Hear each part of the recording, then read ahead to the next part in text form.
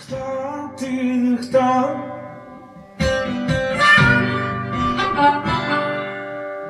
Що вже маєш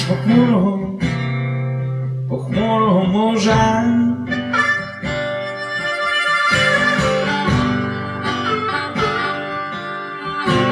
Хто ти, хто? Що вже маєш багато дітей? Мария. Бачу траву, что померла пасля смерти, не стаўшы птушкой. Бачу вязницу и студню, что маюць аднолькавыя назовы. Мінулыя галасы у магнітафоне рудымі вавёркамі ў коле. Карабель снегоў, что ў глыбокае поле заплывае. Старыя следы вавёрак нясе на сабе. Ужо шпарка ніхто не бяжыць ад сасны да сасны, і на вогкім пяску экстазна ніхто не танчыць на досведку. Бачу ў люстэрку срэбныя дэпешы хмар, нікім не падпісаны, бо для святла найтанчэйшага, як не шукай, не знойдзеш імя. І яно з-за бязлюдных бугроў вынырае і ляціць, як стрыла, у цела незацуглянае. О, хто ты, хто, што ўжо маеш пахмурнага мужа? О, хто ты, хто, што ўжо маеш безліч дзяцей, аддалася яму ў высокай траве сярод белага дня на закінутым цвінтары. І хто ж верне цяпер белыя снегі да берагу? Назаве хто імя для святла найтанчэйшага, для святла найтанчэйшага, што так прыпазнілася. Бачу памяць яе беспрытульная, што наўпрост ідзе па ралі, захінула сабой гарады і снягоў караблі патанулыя, панны блакітных дажджоў на закінутых могілках, пустую святліцу ейную вымываюць у чэрапе.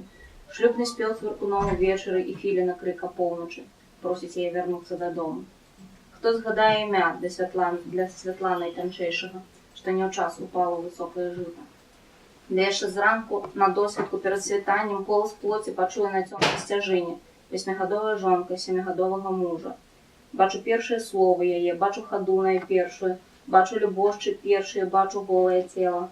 Бачу асветлены твар, што неадрыўна глядзіць у бок лёдкай вады, туды, дзе золатам зоркі цвыркочуць. Тыя, што ў поле дарогу забылі, тыя не ўмелі спяваць. Ведалі ноч па імені, але ж не кахалі нікога. Яны звонкія кветкі, ціхім сабакам цкавалі. Памяць іх сёння азываецца шэптам. Памяць іх сабаку свайго выпускае сёння на кветкі. Яны ўсе на адзін твар, але не братыя. І паўз цвінтар закінуты, у іх дарога адна, і ў склепе пусты, хочуць узяць яе ў жонкі. Але крок іх павольны, дойдуць пакуль, нібы вецер будуць небачныя, будуць нібы святло нячутнае, будуць зямлі уласнасцю, як і птушкі пасля смерці. Бачу цела яе ў палоне асветленых гукаў, што і сёння ў баку, ад усіх, як калісьці.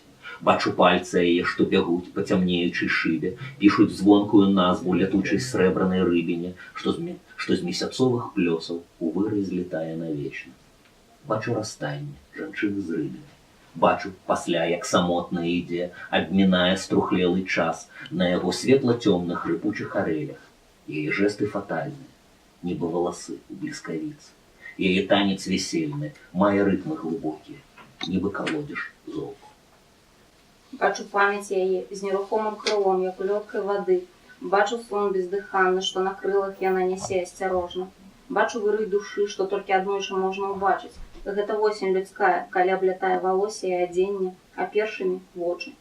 Бачу восень такую апошні дзень, якой у белым галлі костак забываюць вятры.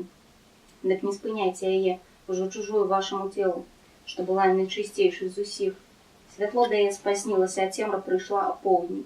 Не спыняйце яе, бо толькі яна і магла б для вас нарадзіць збаўцу, які навучыў бы баяцца ўсяго патаемна, на ўласную восень, навучыў бы глядзець без страху.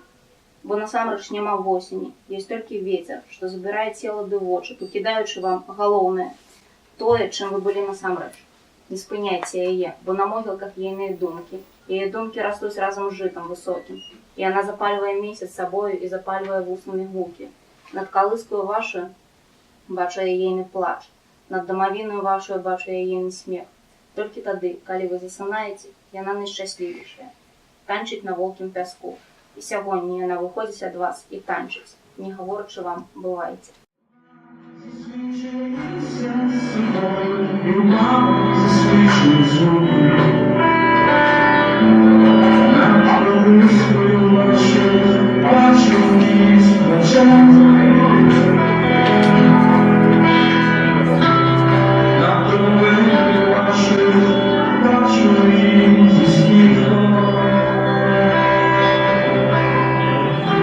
Лише тоді, коли ви засинаєте,